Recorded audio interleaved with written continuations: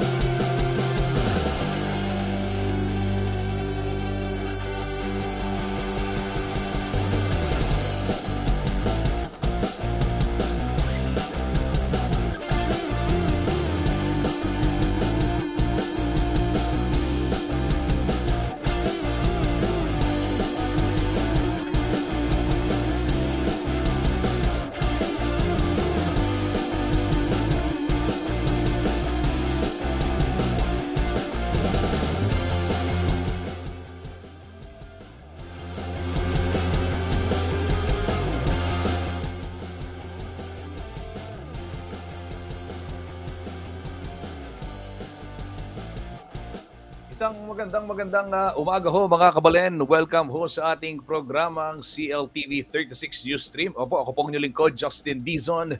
Makakasama ninyo sa loob ho ng 45 minutos na paghahatid po ng makatotohanang balita at impormasyong mapagkakatiwalaan at higit po sa lahat, balita at impormasyong may paggagamitan. Ito po ang CLTV 36 Ustream at samahan ho ako ninyo dito sa ating talakayan tungkol po sa mga iba't ibang kaganapan dito sa lalawigang Kapampangan at sa buong Central Luzon. Live ho tayong napapanood. Yes, mga kabalen, nationwide via Signal Channel 115 at sa Air Cable Converge Channel 71. Live din ho tayo sa mga social media platforms ng CLTV 36 at CLTV 36 Official sa Facebook at syempre yung CLTV 36 News. Ganyan din ho sa ating YouTube channel at CLTV 36 Official. Pwede rin hong mapanood ito, kabalen, sa atin hong website www.cltv36.tv at syempre dito ho sa ating Free TV Channel 36 dito po sa Pampanga at sa ilang bahagi pa ng gitnang Luzon.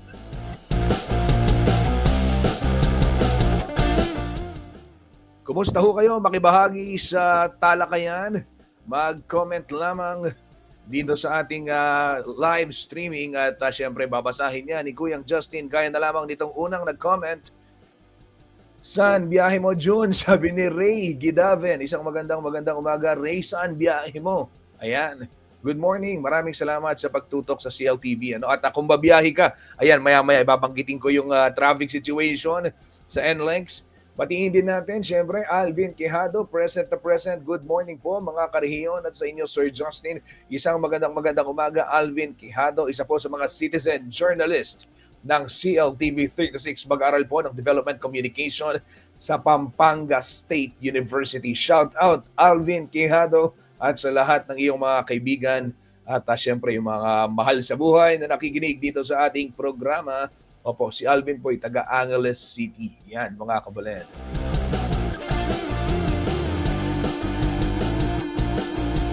Sa mga bumabiyahe, ito, nag-comment kanina, saan ang biyahe mo, June, early in the morning? Ayan, sige, para makita natin, kumusta ba ang sitwasyon ng trapiko sa ilang bahagi po ng North Luzon Expressway para sa mga bumabiyahe ngayong araw.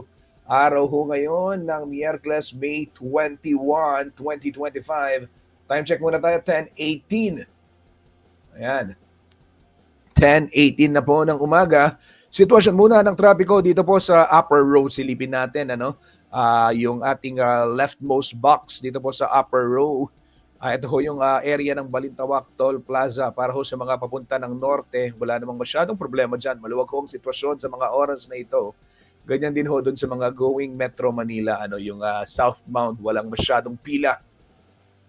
As we can see on our screens.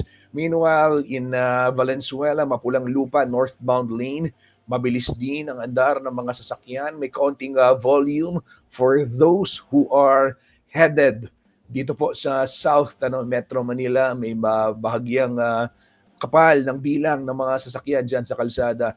At dito naman sa Mindanao, Toll Plaza, sa mga oras na ito, may bahagyang pagbabagal din para ho dun sa mga mag-exit ng Mindanao interchange at yun ang mga papasok ng NLEX o di kaya naman eastbound.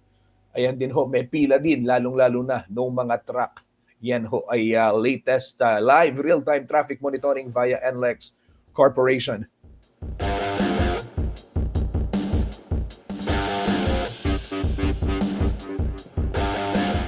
Dito naman tayo sa gawing ibaba, may Kawayan Interchange. Doon ho sa mga patungo ng norte, wala masyadong problema, fast moving. But for those who are traversing south, yung pabiyahe patungong Metro Manila, may konting kapal ng sasakyan dyan. May pila na rin doon sa may pa-exit, At yan, yung mga truck na nakapila ho, antabayanan din maging sa service road, southbound, meron ding pila dyan ho sa may area ng May Kawayan Interchange. Sa Bocaue Toll Plaza, magkabilang linya, maluwag ho ang sitwasyon.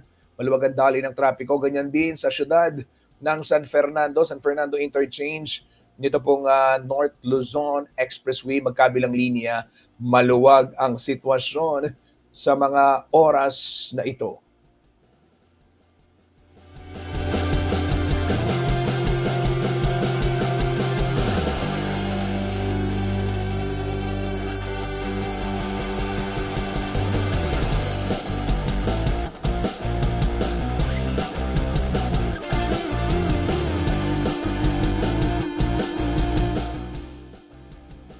Yan ho, kabalen, ang real-time traffic monitoring via NLEX Corporation sa oras namang ito. Ayan, alamin natin ang magiging taya ng panahon. Suspendido po ang klase sa siyudad ng San Fernando, Pampanga, lahat ng antas dahil na rin sa projected heat index, yung ating forecasted heat index. Mainit na panahon. Alamin ho natin paano mapoprotektahan ang ating sarili at kung ano yung magiging weather system na babantayan pa ng ating mga kababayan. Narito po ang latest weather report mula ho sa DOST Pag-asa.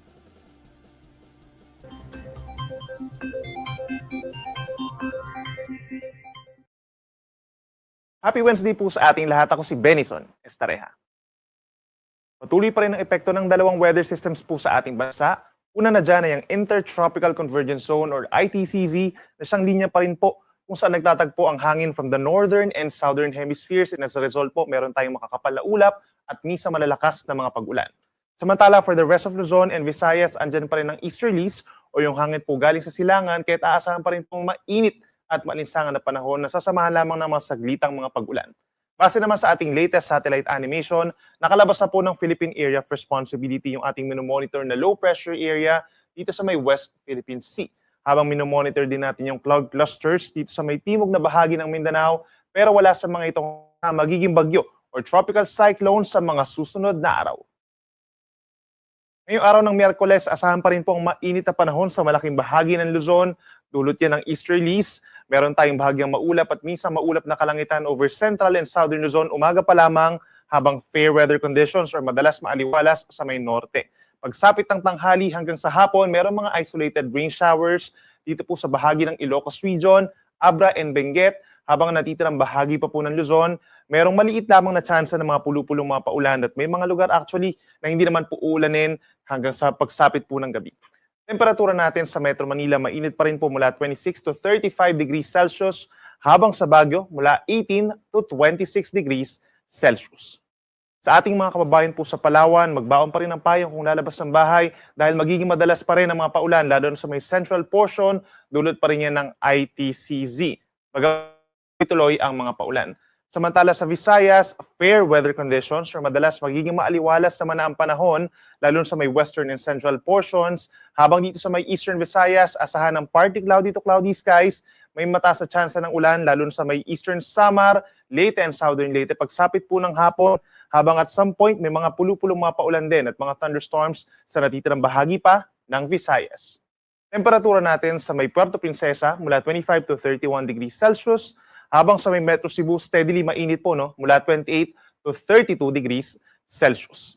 At sa ating mga kababayan po sa Mindanao, magpapatuloy pa rin ang maulang panahon. Umaga pa lamang, malaking bahagi na ng Soc-Sargen at Davao Occidental na magkakaroon ng mga thunderstorms dulot ng ITCZ. Habang madalas makulimlim ang panahon, umaga hanggang sa gabi sa malaking bahagi ng Mindanao at sasamahan din niya ng mga pulu-pulong mga paulan or kalat-kalat na ulan at mga thunderstorms, light to moderate with the time sense po yan simula early at tanghali pagsapit po ng gabi. Kaya mag-ingat pa rin po sa mga banta ng mga pagbaha at pagguho ng lupa at lagi tumutok sa ating mga advisories or even heavy rainfall warnings. Temperatura natin sa may Zamboanga City and Davao City, posible pa rin umakyat sa 32 degrees Celsius. Kahapon po, araw ng Martes, nakapagtala pa rin tayo ng matataas po na heat indices. 48 degrees po ang inabot sa may Dagupan City, Pangasinan, na siyang isa po sa pinakamataas for this year. Sinundan ng Apari, Cagayan with 46 degrees Celsius at 45 degrees dito rin po sa may norte, sa may Lawag City, Ilocos Norte, and Tuguegarao, Cagayan. Habang sa Metro Manila, nakapagtala pa rin tayo ng hanggang 41 degrees na heat index kahapon. Ngayong araw naman po ng Miyerkules, posible pa rin sa Metro Manila na makapagtala po ng hanggang 41 degrees na heat index o yung mararamdamang init, habang ang highest possible heat index po natin is 46 degrees Celsius dito pa rin sa may norte, sa may Dagupan, Pangasinan at Apari, Cagayan. Base naman sa ating heat index forecast map for today, asahan pa rin ng malaking bahagi po mga kapatagan at mga coastal cities and municipalities sa may Luzon, Western Visayas, Samar provinces at hilagang bahagi ng Mindanao makakapagdala po ng dangerous levels of heat indices. Itong mga kulay orange, kaya make sure pa rin po na hydrated tayo, uminom ng maraming tubig at iwasan pa rin ang paglabas sa tanghali simula po 10 a.m. hanggang 3 p.m. Kung hindi talaga may iwasan, magdala po ng payong or sombrero pananggalang sa init na siya magagamit din natin kapag may mga isolated thunderstorms pagsapit po ng hapon. Para naman sa ating karagdagang impormasyon regarding sa ating heat index forecast, scan lamang po yung QR code na nakikita nyo sa inyong screen or bisitahin ang pag-asa.dost.ph/weather/heat-index. Sa mga maglalayag naman nating kababayan, for the rest of the week, asahan pa rin po ang banayad hanggang kung minsan lamang katamtaman na taas sa mga pag-alon. So usually on the average po, nasa kalahating metro lamang ito. Pero kapag meron tayong mga thunderstorms or mga minsan malalakas na hangin at ulan, posible pa rin umabot ito sa 1.5 metro. Sa makatuwid po, wala namang inaasahang mga sea travel suspensions hanggang sa araw ng linggo. At para naman sa ating 4-day weather forecast, simula po Thursday hanggang sa Sunday, andyan pa rin yung epekto ng Intertropical Convergence Zone plus the easterlies. So ibig sabihin, malaking bahagi pa rin po ng Mindanao, Palawan, and some portions of Visayas sa magkakaroon ng maulang panahon. At minsan malalakas po ito, kaya nandiyan pa rin yung banta ng baha at pagguho ng lupa. So lagi makipag-coordinate sa Pag-asa for possible advisories. At kung kinakailangan po ng paglikas, makipag-coordinate naman sa inyong mga local disaster risk reduction and management offices. For the rest of Luzon and Visayas, andyan pa rin ang epekto ng easterlies. Kaya taasahan pa rin po ang mainit at maalinsangan na panahon, lalo na sa tanghali, nasasamahan pa rin po ng mga isolated na mga paulan at mga thunderstorms, lalo na sa dakong hapon hanggang sa gabi. So ibig sabihin po, dahil easterlies yung ating iiral na weather system sa mga susunod na araw, maliit pa rin po, malabo pa rin tayo na makapagpasimula po ng rainy season or tag-ulan po sa ating bansa. Dahil ang ating criteria dyan, pagdating po sa hangin, dapat hindi po manggagaling dito sa may kanan, kundi dapat manggagaling po dito sa may kaliwa, which is also known as the westerlies or southwesterly wind flow. At nakikita natin na iiral or magsisimula yung southwesterly wind flow sa mga huling araw po ng Mayo. So that's around May 29 hanggang May 31, and then magbibilang pa po tayo ng 5 araw kung saan dapat yung criteria nga natin sa hangin, manggagaling po dito sa may kaliwa or southwesterlies, plus dapat meron din tayong may tatala ng mga pag-ulan dito sa western side po ng Luzon and Visayas. So ibig sabihin po, at the earliest, mga unang araw po ng Hunyo tayo makakapagtala ng onset ng rainy season or maaaring magtagal po ito sa either first or second week po of June, but at the earliest po ay sa mga unang araw po ng Hunyo. Ang ating sunrise ay 5:27 a.m. at ang sunset ay 6:18 ng gabi. Yung mga latest mula dito sa Weather Forecasting Center ng Pag-asa, ako muli si Benison Estareja na nagsasabing sa namang panahon, Pag-asa ang magandang solusyon.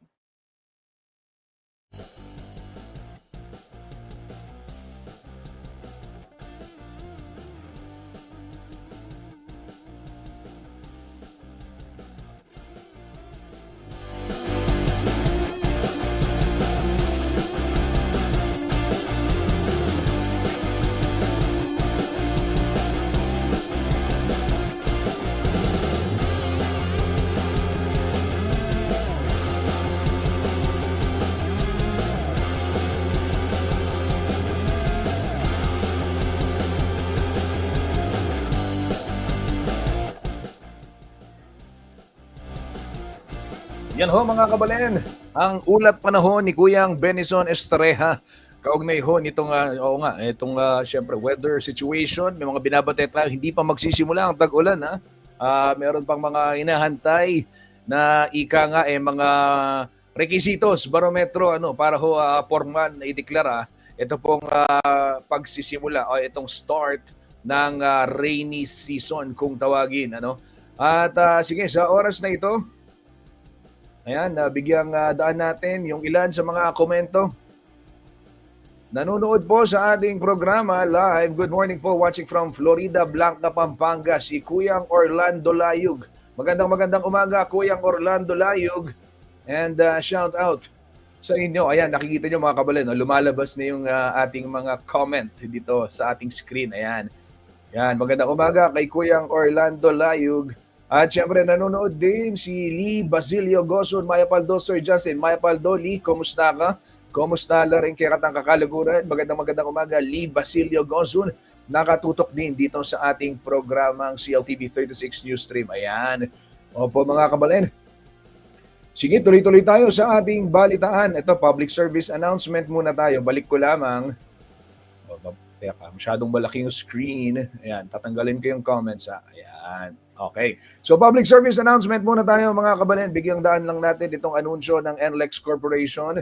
Kaugnay pa rin itong mangyayaring road closure, lane closure, temporary lane closures. Ito, lakihan natin. So sa ngayon pong araw, May 21, mamayang alas 10 ng gabi, 10 p.m., hanggang bukas ng 5 a.m., isasara ho yung lane 1, yung leftmost lane ng NLEX Arbor Link Interchange northbound at yung Valenzuela Interchange northbound. At bukas din, May 22, 10 p.m. to May 23, 5 a.m., ganyan din, magkakaroon din ng lane closure. Parehos, dyan naman sa southbound lane naman ng NLEX Arbor Link at ng Valenzuela Interchange. Ito po'y para pa rin sa scheduled maintenance na gagawin. Opo, itong maintenance na pagsasaayos dito pong North Luzon Expressway. Sa oras na ito, public service announcement pa rin tayo mga kabalen. Ito, Forex muna tayo. Forex. Ayan. Sa mga nag-aantay po ng balita, kaugnay ng palitan ng piso kontra dolyar, nagsara po nitong araw ng Martes, May 20, ang palitan ng piso kontra dolyar sa 55 pesos 63 centavos. Yung ibang denomination naman, Japanese yen 38 centavos, UK pound 74 pesos 55 centavos, Hong Kong dollars 7 pesos 13 centavos, Saudi Riyal 14 pesos 87 centavos. Ito pong dirham 15 pesos 19 centavos, Euro 62 pesos 73 centavos, Korean won 0.40 centavos at Chinese yuan 7 pesos 73 centavos.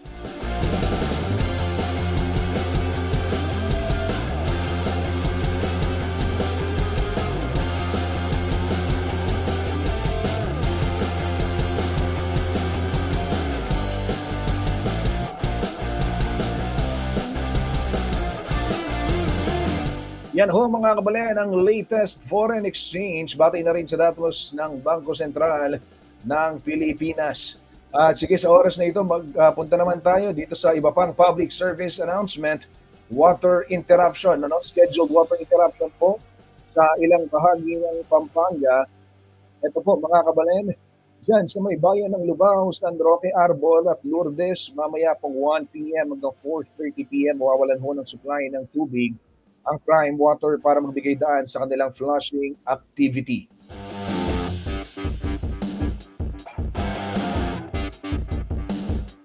Sa syudad naman ng Mabalacat, dyan sa may Santa Maria Libutad, Sitio Sandico at Ravenna Subdivision, mamaya pong 9 p.m. hanggang 5 a.m. bukas, wala ring tubig para magbigay daan sa flushing activity ng Prime Water.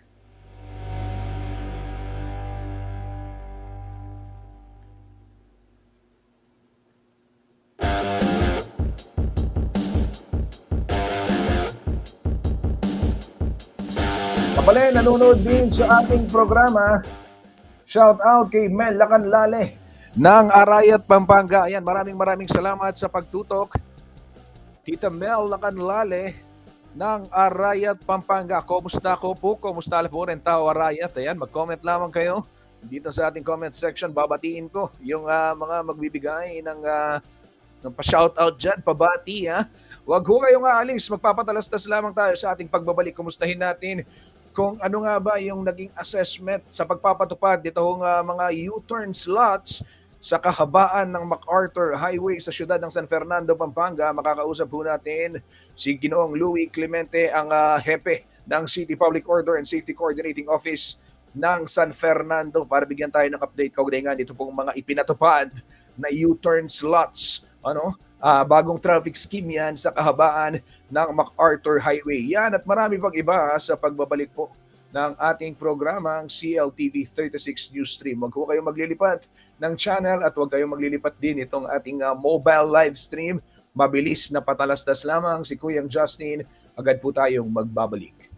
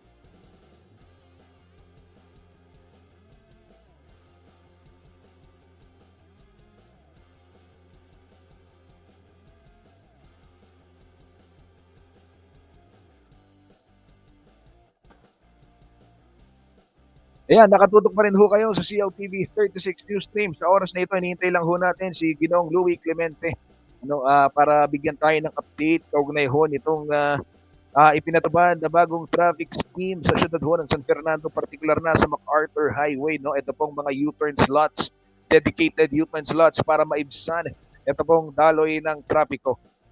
Ayan, nanonood sa ating programa mula sa Anao, MPS, si Kuyang Robert Pablo. Ayan, shout out Kuyang Robert Pablo watching from Anao Municipal Police Station. Ayan. Ito mga kabalen, nasa linya na ng telepono si Kuyang Louie Clemente. Hello, good morning po Kuyang Louie. Sir, live ho tayo sa CLTV at maghihingi lang kami ng update kaugnay po nitong ipinatupad natin na mga U-turn slot scheme sa San Fernando, Pampanga. Magandang umaga, Ginong Clemente. Welcome po sa ating programa, sir. Magandang umaga po, Sir Justin, at magandang umaga po sa lahat ng inyong pong taga-subaybay ng inyong programa. Opo, sir, kumusta po itong implementation? Kumusta yung assessment kahapon nga? We officially rolled out this new traffic scheme in the city of San Fernando. Ano po yung mga nakita ng inyong pong tanggapan, sir? Yes, sir. So far, so good naman po yung feedback po sa amin. Lalo-lalo na po yung ating pong mga motorista coming from the jeepney sector, yung pong public transport sector natin. Sir Justin, ang aming ginawa ay isang simulation lang naman po para po may consider naman po sa pagpaplano naman po ng ating national government, specifically po yung DPWH. Kung maging effective po yung magkaroon siya talaga ng road divider at provision of U-turn slots dyan po sa ating Dolores Business District. Opo. Sir, pag sinabi natin ito ay kumbaga parang testing lamang, gaano katagal ito pwedeng gawin at hanggang to what extent ang pwedeng pagpapatupad ninyo nitong mga ganitong traffic scheme, sirs? Actually, sir, kung talaga pong magiging effective siya, effective and efficient, hindi na muna namin natatanggalin yung ating pong mga nakalagay na logistics dyan sa nasabing highway. Anyway po, temporary fixtures lang naman po yung mga ginamit namin. Kung kinakailangan po mag-adjust, pwede naman namin tanggalin. But yun nga po, the idea is kung effective naman po siya, hindi muna namin siya tanggalin. Opo. Sir Louie, gaano karami itong mga U-turn slots na to if we're talking about the whole stretch of the MacArthur Highway na sakop po ng syudad ng San Fernando? Ito pong sa Dolores Business District, yung pong aming ginawang simulation, initially meron tayong 4. Pero magiging 5 yan eventually dahil hindi pa naman tapos yung paglalagay namin ng mga bollards. Pagkatapos po yung sa may portion po ng Saintsco, dahil meron din tayong steel divider sa MacArthur Highway, so again may dalawang slots po doon. Yung pong papunta na ng Telepasagan, yung lapit po sa ating may mall area. So along with the traffic light doon, turns na naka-provide naman po. Opo. Sir, itong siyempre traffic scheme na to pinapatupad, ano ang posibleng kaharapin ng mga lalabag? At ito ba, siyempre alam naman natin, sir, may mga U-turn slots din tayo along Jasa. Minsan no U-turn, may mga nag-U-turn. Minsan no left turn, may nagle-left turn. Paano ho itong implementation ninyo, sir, dito sa bagong skema? Yes po. Actually, that is the challenge behind the scheme, yung pong enforcement naman po dahil kahit as you have said, kahit po may mga nakalagay na ng mga designated U-turn slots dyan, meron pa rin kaming mga nahuhuli at na-apprehend ng mga motorista na talagang hindi sumusunod, nagka-counterflow. At meron kaming recorded na mga motorsiklo na talagang inaangat pa yung bollard at saka lumulusot. So bahagi po ng gagawin namin yan, yung pagpapahigti naman po sa enforcement. Yung pong crucial na U-turn slots dyan, binibigyan namin ng enforcer upang magbantay po. Lalong-lalo na po yung mga nanggagaling yung pong labas-pasok sa mga subdivision on both direction po. Opo. Sir Louie, ano ang penalty kung sakaling lalabag dito sa ganitong traffic scheme? Yung pong sa obstruction po, kung halimbawa po ay obstruction naman po, yung pong naka-park sa service road, yan po ay may kaukulang penalty kung sila po ay ma-appre ng 1,000. Ganun din po yung madalas po nangyayari ngayon, yung pong counterflowing naman po. So 1,000 din po ang multa po noon. Depende na rin po sa mga bilang na mga violation na kanila i-commit. Kadalasan po kasi pag nag-counterflow, kasama na po dyan yung reckless driving. Opo. Sir Louie, we are celebrating itong Road Safety Week, ano, at alam ko nakiisa rin kayo dito sa kampanya ng ating pamahalaan. Siyempre, sir, on an average lang, ano, para may idea yung ating mga kababayan, sa isang araw, gaano kadaming road violations ang nafa-flag ng CPOSCO within the city of San Fernando? Yes, sir. Sa katotohanan po nito, Sir Justin, mula po nung tayo ay mag-pandemic, syempre po ay bumaba dyan. We recorded 2 to 3 incidents lang po on a daily basis. Pero nung talagang magbukas na po lahat, sadly, unfortunately, medyo tumaas po siya. We are averaging 7 to 8 traffic road crashes on a daily basis po. Ang napansin po namin sa amin pong mga datos, sa amin pong pag-aaral, dito po sa San Fernando, mas madalas po yung tinatawag na nagkakagitgitan. So, pero meron din naman tayo nangyayari na kung saan nagkakaroon tayo ng fatalities. Yan po yung ating pong tinututukan sa kasalukuyan dahil nga po ang objective po natin is mapababa po yung road crashes on a daily basis. 7 to 8 at minsan po umaabot pa po yan ng 10. Kaya medyo alarming po kung kaya't kami po talaga ay nagkikipag-ugnayan, like for example sa LTO, sa LTFRB, upang papalakas pa rin ho natin yung disiplina sa pagmamaneho at mai-promote po natin yung defensive driving principle. Opo. Kuyang Louie, ito nabanggit ko rin sa inyo isang araw, yung mga bike lanes, ano yung paalala natin sa mga motorista when it comes to bike lanes naman, kasi may mga bike lanes tayo sa syudad. Pero yung iba, hindi naman lahat, minsan parang ginagawang parking area eh. Yes po, actually po may marching order po ako sa akin po mga enforcers na talagang tutukan po yung mga bike lanes. At bukod po sa enforcement, Sir Justin, tayo po ay meron pong kumbaga naka-propose pong ordinansa ngayon at yan po ay napag-committee hearing na po ng isang beses through the sponsorship po ni Councilor Rena Lili upang mapaigting po talaga natin yung paggamit ng bisikleta, yung pong ating bike lanes at saka po yung sa kabuuan po yung active transport naman po ay mapalakas po natin sa syudad ng San Fernando. Yung pong ating pong mga kasyudad, mag-expect na po sila na in the coming days po talaga ay yung patrolling po sa ating pong mga bike lanes ay magiging regular po at kami po ay mag-apprehend po ng mga nag-o-obstruct. Katulad ng nabanggitin nyo, yung mga nagpa-park sa loob po ng ating mga bike lanes. Opo. Sir, paalala na lamang sa ating mga motorista with all of this development po sa mga traffic schemes natin.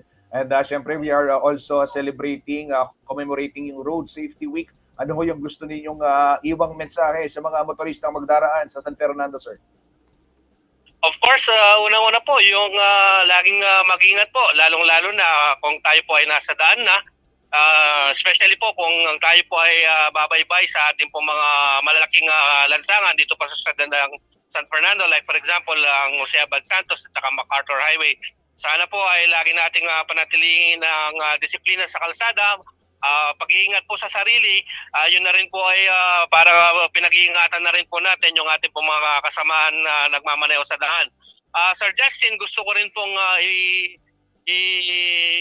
ipaalam na in the coming days po yung ating pong Dolores flyover, magkakaroon tayo ng activity dyan dahil meron pong schedule ng retrofitting ang DPWH dyan po sa ating Dolores flyover. Kung kaya't kami po ay maglalabas po ng advisory upang mabigyan naman po ng tumpak na impormasyon po ang ating po mga motorista na babaybay po sa kahabaan po ng Jose Abad Santos Avenue. Opo. Sir, follow-up lang, no? Dito sa retrofitting, gaano katagal and mga kailan inaasahan magsisimula po ito, sir? Ang nabanggit po sa amin is by next week, kung di po ako nagkakamali, either 27 or 28. Pero hindi po tayo magkakaroon ng full closure.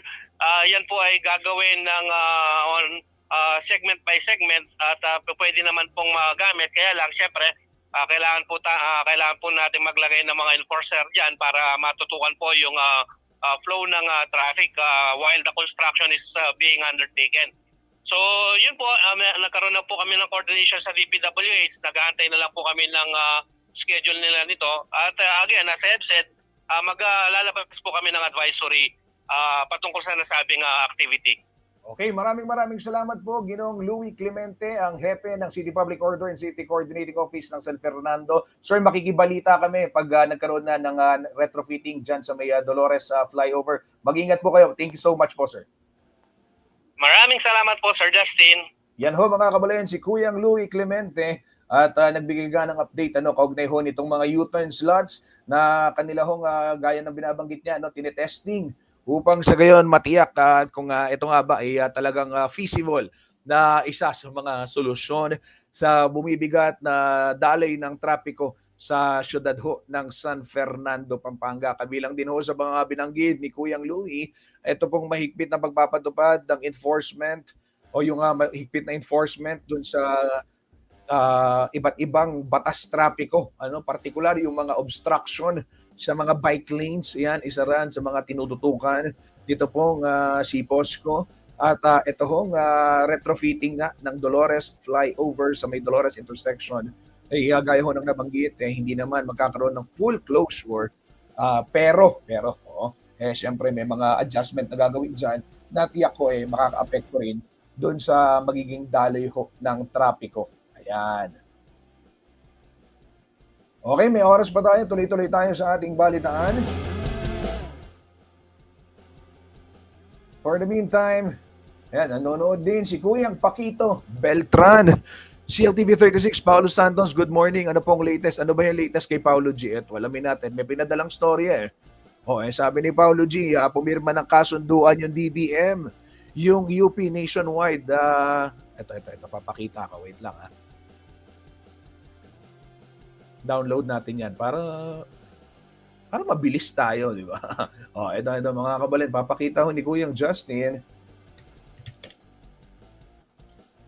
Total, nakikibalita na rin si Kuyang Paquito kay Paulo G. Ito po ang balita ni Kuyang Paulo G. Santos.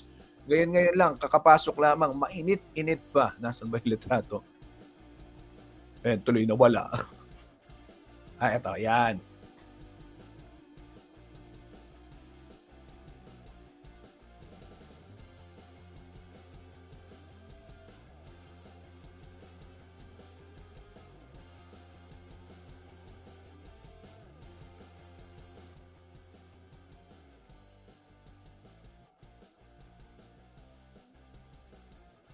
Ayan mga kababayan, balita ho ni Kuyang Paulo G. Santos, pumirma ho ng kasunduan ng DBM o Department of Budget and Management, yung UP Nationwide Operational Assessment of Hazards o UP NOAA at ang Department of Public Works and Highways o DPWH para palakasin ho itong tinatawag na Project DIME. Isang digital system na nagmamonitor ng malalaking proyekto ng gobyerno.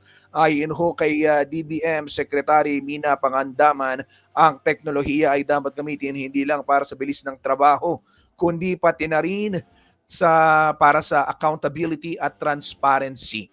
Sa isang click, makikita umano ng publiko ang completion rate, pondong nagamit, implementing agency, at contractor ng isang proyekto. Abay, maganda to. Kailangan nating malaman talaga to, Kasama po sa bagong partnership ang pagsama ng Disaster Risk Reduction Strategy mula po sa UP NOAA upang matiyak na matibay at safe from calamity. Ito pong mga proyekto. Magbibigay naman po ng data at website input ang DPWH para mas mapadali ang pag-access ng publiko sa impormasyon. Sa kasunduang ding ito, pinagtibay din ang commitment ng Pilipinas bilang founding member ng Open Government Partnership. Ani Pangandaman, ang pagkakaantala sa proyekto ay pagkaantala ng serbisyo para ho sa mamamayan, kaya't mas pinaigting ngayon ang pagbabantay sa bawat infrastructure project para siguradong mapakinabangan ng taong bayan ng mabilis at tapat. Yan ho mga kababayan. Latest.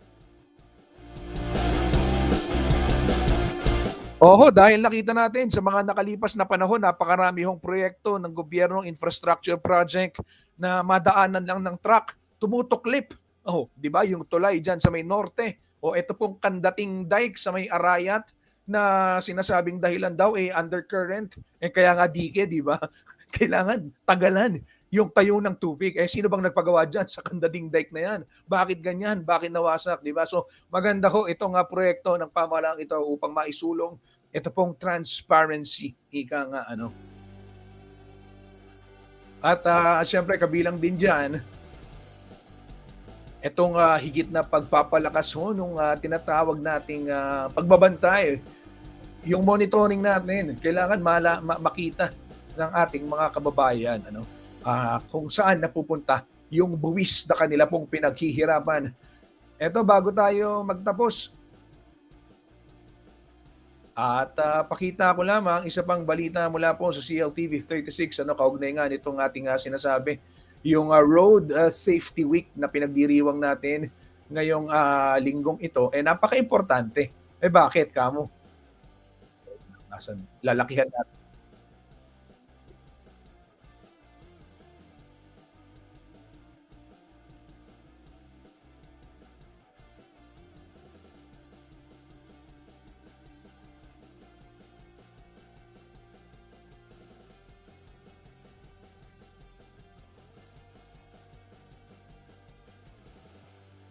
Ginagawa yung Road Safety Week.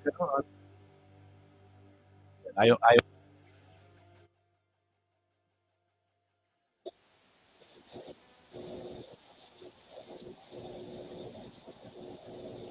Ayan ho, sige, time check muna tayo, 10:58 na. Muli, ito, banggitin ko na lang yung detalye. Pinagdiriwang ho ngayong linggo yung Road Safety Week. Nagpaalala po yung LTO sa ating mga kababayan. Anong yung iba yung pag-iingat sa kalsada upang maiwasan itong mga trahedya. Oo, itong mga nangyayaring insidente. Kaya naman, paalala ko sa mga motorista, iba yung pag-iingat ang kailangan. Ayan, at time check, 10:58 na ng umaga. Ako po ay magpapaalam na. Ito po si Kuyang Justin Dizon at nagsasabing maraming salamat sa lahat ng mga tumutok dito sa ating programang CLTV 36 Newsstream. Antabay lamang ho kayo sa mga social media pages ng CLTV 36 para po sa mga update at iba pang impormasyon, iba pang kaganapan dito sa ating rehiyon at sa Lawigang Kapampangan. Muli, sa ngalan po ng buong pwersa ng CLTV 36 News and Current Affairs, ito po ang inyong lingkod, Justin Dizon. Ito ang CLTV 36 Newsstream. Maraming salamat, Kabalen.